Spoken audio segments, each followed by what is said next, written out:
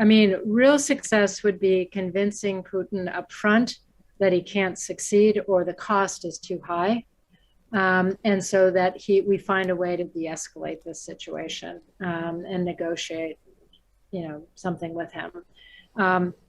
But I think that's, again, I think increasingly unlikely. I think success, if he goes in, is to prevent him from sort of bringing Ukraine permanently into the Russian orbit, and to ultimately forcing the withdrawal of his troops, as as the scenario plays out, and the restoration of a Ukrainian government that's chosen by the Ukrainian people, and so forth.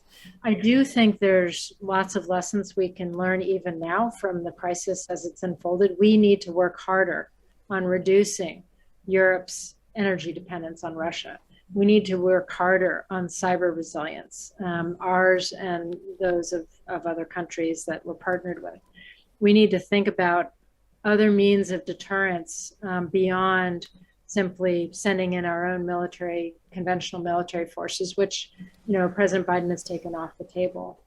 And we need to be thinking hard about how do we avoid miscalculation, something we haven't talked about. If this goes forward, you're gonna have Russian forces and NATO forces right up against each other.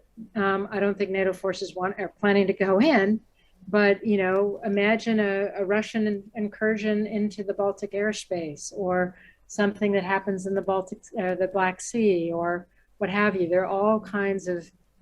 There's room for accident, room for miscalculation. We have to be very, very careful that anything like that leads to escalation.